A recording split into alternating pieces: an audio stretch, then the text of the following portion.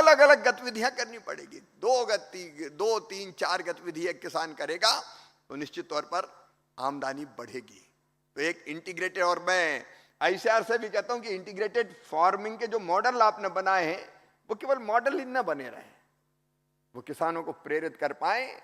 मैं माननीय कृषि मंत्री गणों से भी आग्रह करता हूं और सभी अधिकारी मित्रों से कि इस पर बहुत गंभीरता के साथ काम करें। केवल एक फसल नहीं, अलग अलग चीजों में किसान को हम प्रेरित करें कि ये भी करो, ये भी करो। सचमुच में इसी खेती में दुगनी आय की जा सकती है, जो हमको करना है भाई।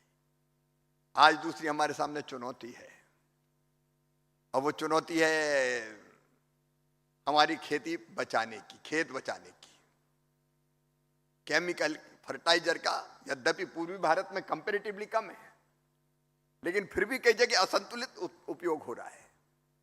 मिट्टी के तत्व कौन से जाने बिना डाले जाओ खाद, उसके कारण खर्चा भी बढ़ता है, उसके कारण जमीन का स्वास्थ्य भी खराब होता है।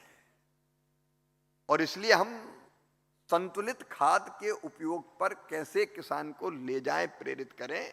जो जरूरी है वो डालें, लेकिन अनावश्यक डालने से माटी का स्वास्थ्य भी खराब होगा और धरती आने वाली पीढ़ियों के लिए अन्न उत्पादित करने से ही इनकार कर देगी।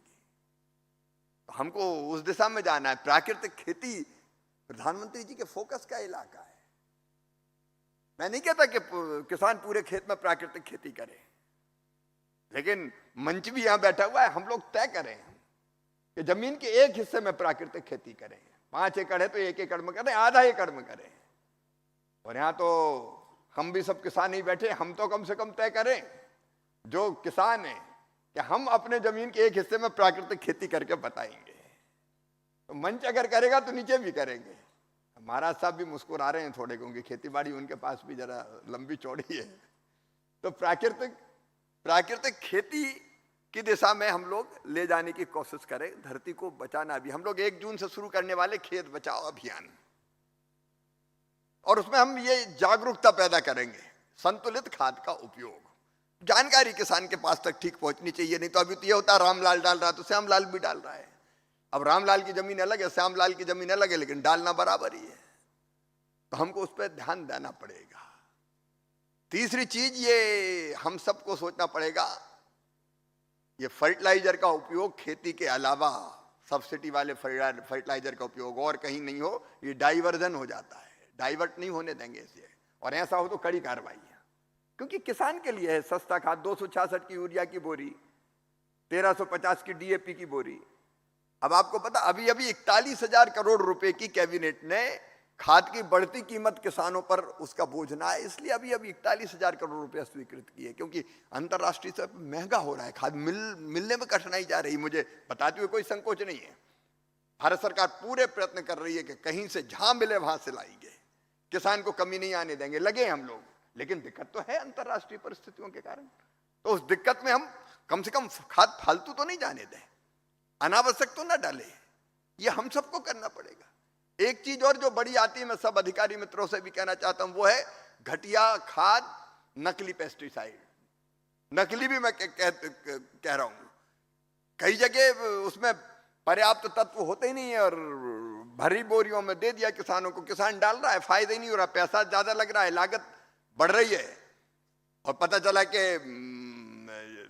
जो वायरस है, बैक्टीरिया है, इल्ली है, बाकी मर ही नहीं रहे उसमें। ये नकली के खिलाफ अभियान है, व्यापक पैमाने पर अभियान। नकली करने का कारोबार करने वालों को किसी कीमत पर नहीं छोड़ेंगे, उससे बड़ा अपराध कोई दूसरा नहीं हो सकता। अभी हम संसद के अगले सत्र में पूरी कोशिश कर रहे हैं पेस्टिसाइड एक्ट और सीड एक्ट नया लाने की।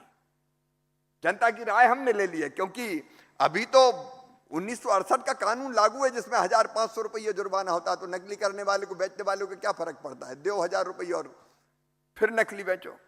कड़ा कानून भी बनेगा, लेकिन कार्रवाई भी कड़ी होनी चाहिए, और वो राज्यों को करनी पड़ेगी। अपने केंद्र के पास सीमित अमला है, तो वो काम हमको करना पड़ेगा। दलहन मिशन की बात अभी अतीश कह रहे थे, तिलहन मिशन की बात। अब ये पूर्वी क्षेत्र है जो हमारे देश का, ये दलहन के लिए आदर्श है, और इसलिए दलहन मिशन को हम कैसे कामयाब बनाएं।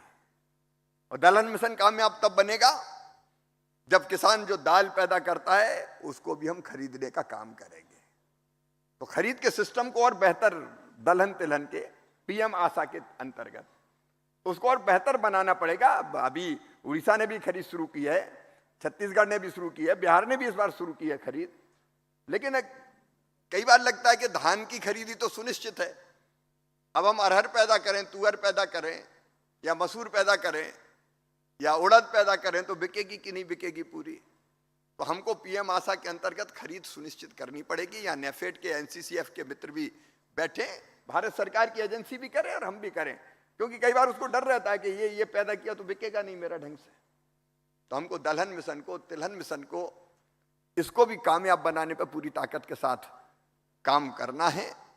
और मुझे लगता है नए प्रयोग जितने, रिसर्च, अनुसंधान, शोध, मैं 5 राज्यों से कहता हूं, आग्रह करता हूं कि आप आपके यहां जो समय उपयुक्त समझे आप विकसित कृषि संकल्प अभियान बनाइए। क्योंकि पिछली बार हमने एक बनाया था तो अलग अलग मौसम और परिस्थितियों के हिसाब से वो एक समय ठीक नहीं होता पूरे देश में, इसलिए आप पर छोड़ा है। भारत सरकार के पास, आईसीआर के पास, हमारे केबीके के मिला के 16,000 वैज्ञानिक हैं, हम इनको खेतों में भेजना चाहते हैं। आप जो 15 दिन तय कर लें, 20 दिन तय कर लें, उस समय हमारे वैज्ञानिकों की टीम आपके राज्य में आएगी और आप जो कार्यक्रम बनाओगे किसानों को समझाने का काम करेंगे। रिसर्च और अनुसंधान सीधे किसान के पास पहुंचना चाहिए, तो उसमें भारत सरकार आपके साथ कदम से कदम और कंधे से कंधा मिलाकर काम करेगी। अवधि आप तय करें, उसमें थोड़ा समय मुख्यमंत्री जी भी देंगे, थोड़ा कृषि मंत्री देंगे, बाकी लोगों को लगाएंगे तो ज्यादा प्रभावी बन जाएगा। लेकिन हम चाहते हैं हमारा रिसर्च, शोध और अनुसंधान नीचे किसान के पास तक पहुंचे, तत्काल उसको लाभ मिले। और इसलिए कुछ राज्यों ने भी पहल की, गुजरात ने बनाया, यूपी ने बनाया, हमारे वैज्ञानिक वहां जा रहे हैं। वैसे ही 1 जून से जो हम तय कर रहे हैं खेत बचाओ अभियान, उसमें हम ये सब चीजें कर सकते हैं। हम आधुनिक टेक्नोलॉजी की जानकारी भी दे सकते हैं, हम योजनाओं की ढंग से जानकारी दे सकते हैं। 1 जून से 15 जून तक सोचा हुआ है। हम दलहन तिलहन मिशन के बारे में भी बता सकते हैं, तो किसान को जागरूक करने का काम उसमें हो सकता है। तो इन सब विषयों पे जैसा मैंने कहा कि हम चर्चा करके फैसला करें। एक और मैं आग्रह करूंगा, फार्मर आईडी तेजी से अब बनाने का काम चल रहा है। ये फार्मर आईडी बहुत जरूरी है। फार्मर आईडी का मतलब है कि किसान के सारा विवरण एक ही जगह आ जाए, उसके पास जमीन, उसके पास परिवार के सदस्य, बाकी संपत्ति एक जगह फार्मर आईडी में। उसका फायदा क्या होगा?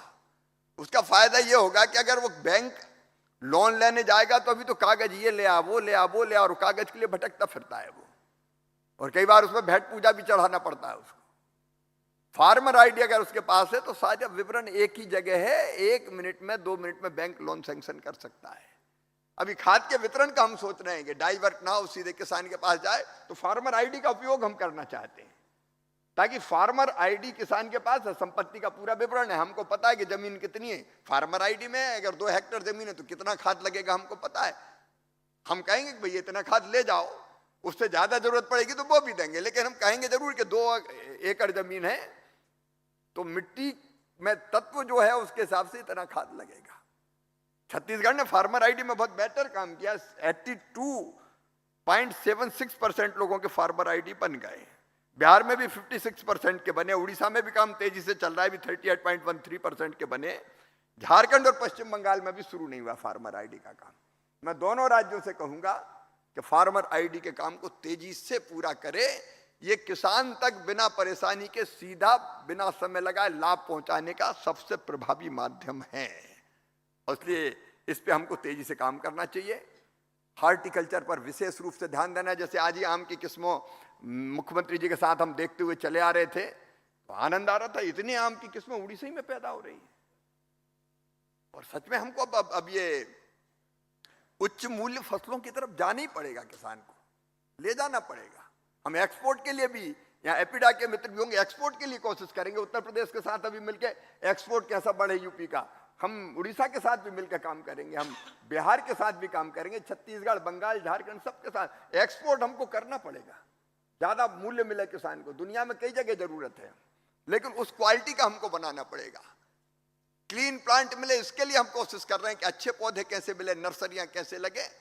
तो इन सब क्षेत्रों पे हमको काम करना है और इसलिए हम आज साथ बैठे हैं कि साथ बैठ के जब हम विचार करेंगे तो संपूर्ण विचार होगा। पूरे देश का एक करते तो इतना टाइम नहीं मिलता था, इसलिए विचार मन में आया कि रीजनल करें, पहले क्षेत्रीय करें, तो एक साथ 4-4, 5-5 राज्य आएंगे तो समय ज्यादा मिलेगा, हम लोग प्लान ठीक कर पाएंगे। और बाद में 28 और 29 को, 28-29 है ना हमारी खरीफ की कॉन्फ्रेंस है, नेशनल कॉन्फ्रेंस, उसमें भी माननीय सब आमंत्रित है, मंच भी, और आप लोगों को तो आना ही है। उसमें फिर हम राष्ट्रीय स्तर पे हमको जो करना है खरीफ की फसल के लिए वो करेंगे। मैं डराने की बात नहीं कर रहा, लेकिन इस बार अल नीनो का भी कुछ प्रभाव रह सकता है, तो उसको भी हमको प्लानिंग करते समय ध्यान में लाना है कि बीच में बारिश कम हो सकती है। तो अभी से हमको प्लान करना पड़ेगा, मई के अंतिम सप्ताह तक शायद और अंदाज ठीक से आएगा। इस बार उस प्रभाव के कारण बारिश अभी पहले आ जाएगी, बीच में गैप हो सकता है, तो हमको प्लानिंग अभी से करनी पड़ेगी कि अगर वैसी परिस्थिति है तो फिर कैसी फसलें हम लगाएं कि जो अगर बारिश में गैप भी हो तो टिक जाए। तो इन सब चीजों पर विचार करने इकट्ठे हुए। शायद मैंने थोड़ा ज्यादा समय ले लिया, लेकिन मैं बोलता हूं तो जीभ से, जबान से नहीं बोलता, मैं दिल से बोलता हूं। तो कई बार बोलते बोलते भावों का प्रवाह चल पड़ता है, लेकिन अब हम विचार विमर्श करने के लिए, संवाद के लिए, मुख्यमंत्री जी के उद्बोधन के बाद हम संवाद के लिए बैठेंगे और बाद में फिर हमारे सभी कृषि मंत्री, जब ये संवाद पूरा होगा उसके बाद आप सबको भी अपने प्रदेश के विचार रखने का और दिशा दशा तय करने का आप यहाँ काम करेंगे। आप सबका एक बार इस कॉन्फ्रेंस में बहुत बहुत स्वागत। उड़ीसा जिस तेजी से प्रगति और विकास कर रहा है, कृषि के क्षेत्र में भी और ग्रामीण विकास के क्षेत्र में भी, मैं उड़ीसा के मुख्यमंत्री जी को आज विशेष रूप से बधाई देना चाहता हूं। मैं पिछले दिनों भी आया था, उनका अभिनंदन, उप मुख्यमंत्री जी का अभिनंदन करना चाहता हूं। और मेरा विश्वास है, और इसके लिए भी इतना तो मेरा फर्ज बनता है कि इस कॉन्फ्रेंस के आयोजन में आपने जो सहयोग किया और कहा कि आइए जगन्नाथ महाप्रभु की धरती पर आपका स्वागत है, उसके लिए भी आपको धन्यवाद करता हूं। बहुत बहुत धन्यवाद जी।